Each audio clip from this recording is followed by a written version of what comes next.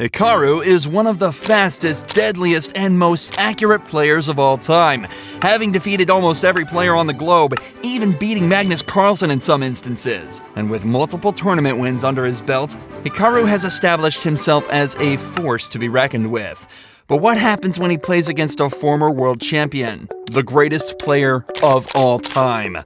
This is Garry Kasparov, who became the 13th world champion after defeating Anatoly Karpov in the 1985 World Championship before going on to cement his place as the greatest player of all time, reaching a peak rating of 2,851. And while Kasparov was now retired, he was still as deadly as ever. Upon starting the game, Hikaru moved his pawn to c4, to which Garry was already shaking his head before responding with c5, the English opening. After developing their starting pieces, both players have a pretty identical position, with the knights on c3 and c6 and both bishops on the diagonal.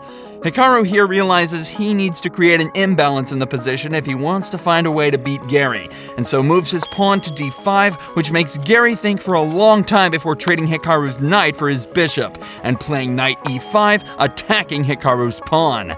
And while this opening seems very simple, Hikaru has to be very careful here, as Garry Kasparov is known to be the best opening player of all time, beating many of his opponents just from his knowledge of the opening.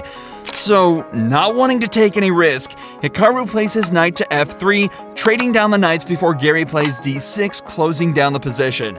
After a few more moves are played, Garry plays his queen to a5, targeting Hikaru's pawn, which, if taken, will fork his king and rook. Hikaru knows he has to protect this, and plays his bishop to d2, protecting his vulnerable pawn. And after shaking his head a few times, knowing Hikaru isn't falling for any tricks, Garry plays his rook to h4, a very aggressive move attacking Hikaru's c4 square, which is undefended.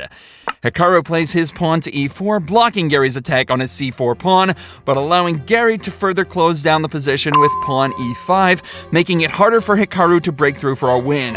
Garry is still shaking his head, clearly not liking the position he's created, but Hikaru seems calm and focused. Playing rook g1, moving his rook to a more active square. A few more moves are played and the position stays completely equal. And it is now the time Hikaru realizes he needs to cause some problems. And so he moves his pawn to a4, trying to create an attack on the queen side. Unfortunately, Garry quickly shuts this down with a5 before another couple of moves are played, with Garry castling and later Hikaru putting his king safely on h1. While the players are now out of view, Hikaru brings his rook back before bringing his other rook to b1 and stacking it on b2, intending on having the queen and two rooks lined up, attacking Garry's king. And it is here that Garry makes a terrible mistake. Knight d7. And after Hikaru plays his rook to b1, which Garry defends by moving his pawn to b6, Hikaru has a completely winning move by moving his queen to b5. If Hikaru plays this, he will completely immobilize Garry's knight, as it will always have to protect the b6 square from Hikaru's deadly queen and rooks. But unfortunately for Hikaru, he doesn't see it, and moves his rook back to g1, wasting a move. Garry moves his queen back, and then brings his rooks into the game, even offering one to Hikaru for his bishop.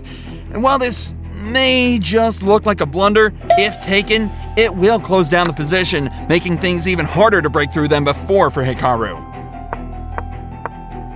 Hikaru still trades down the rook and bishop before trading down another set of pawns. The queens are then traded off, and after a long shuffle of pieces where both players are unable to make any moves, the players finally decide to agree to a draw. As neither players had any moves they were able to play, Hikaru was unable to defeat Garry, even after the world champion's prime.